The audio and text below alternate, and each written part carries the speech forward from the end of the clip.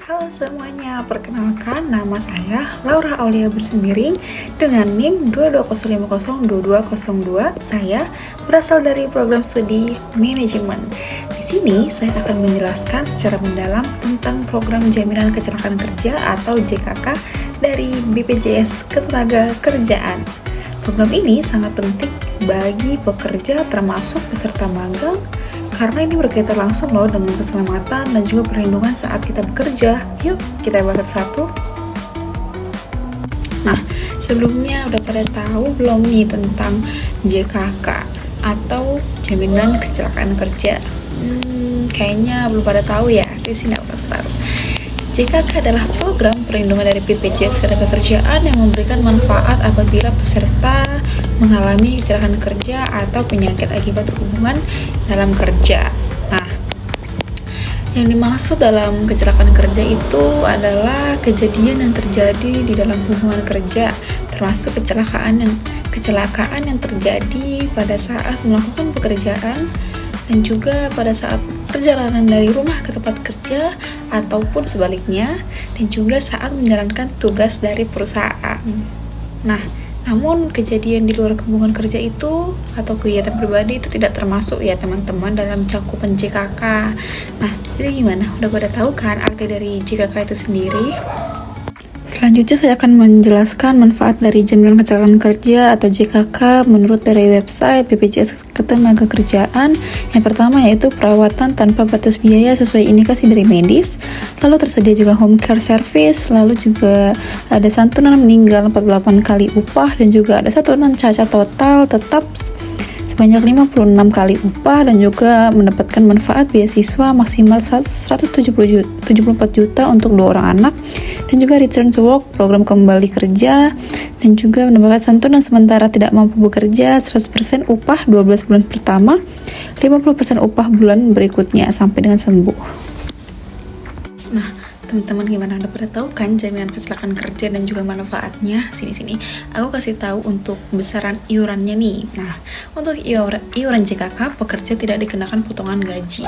Bagi pekerja penerima upah atau PU, iuran JKK dibayar oleh pemberi kerja dengan persentase yang berbeda-beda sesuai tingkat risiko pekerjaan. Nah, sedangkan untuk yang bukan penerima upah atau BPU, iuran dibayarkan sendiri oleh peserta dengan nominal yang telah ditentukan. Nah, jadi penting banget nih untuk memastikan status kepesertaan BPJS Ketenagakerjaan kamu aktif ya.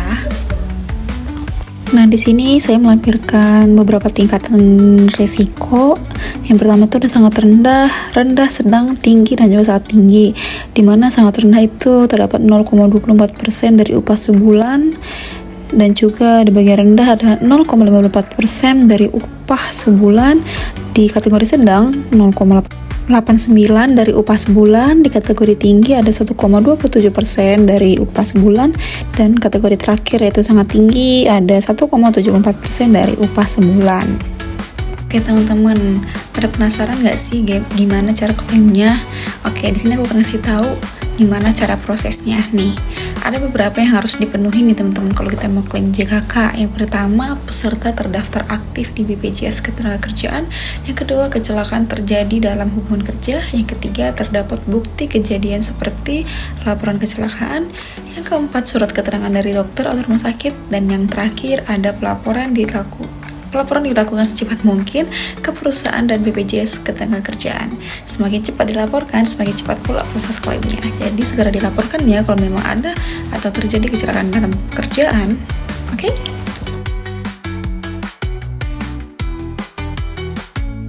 Oke teman-teman, kayaknya pada masih bingung ya gimana sih konsep dari JKK itu. Sini aku kasih contoh ya.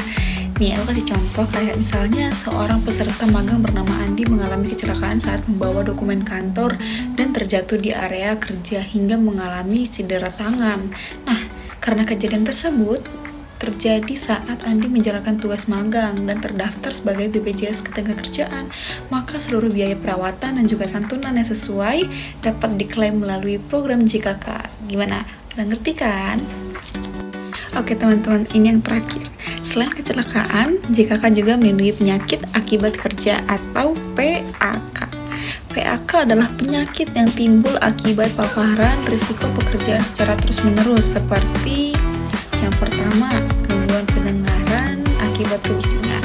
Yang kedua, penyakit paru akibat debu atau bahan kimia. Yang ketiga, gangguan otot akibat posisi kerja yang tidak ergonomis. Jika terbukti sebagai PAK, maka biaya perawatan juga ditanggung oleh JKK loh teman-teman. Lalu, aku akan ngasih tahu kamu mitos dan juga faktanya dari JKK ya. Mitos yang pertama, peserta magang tidak bisa mendapatkan JKK. Tetot, faktanya peserta magang bisa mendapatkan perlindungan dari JKK, tapi jika didaftarkan oleh perusahaan ya. Mitos yang kedua, iuran JKK dipotong dari gaji mereka. Tetot, faktanya untuk pekerja penerima upah, iuran JKK itu dibiarkan oleh pemberi kerja loh teman-teman. Jadi dari mitos dan fakta ini, semoga teman-teman bisa terinformasi dan mendapatkan ilmu yang banyak ya teman-teman. Dengan memahami jaminan kecelakaan kerja, kita jadi tahu nih bahwa keselamatan kerja itu dilindungi dan memiliki payung hukum yang jelas. Semoga video ini bermanfaat dan menambah wawasan kamu tentang JKK. Terima kasih sudah menonton dan sampai jumpa.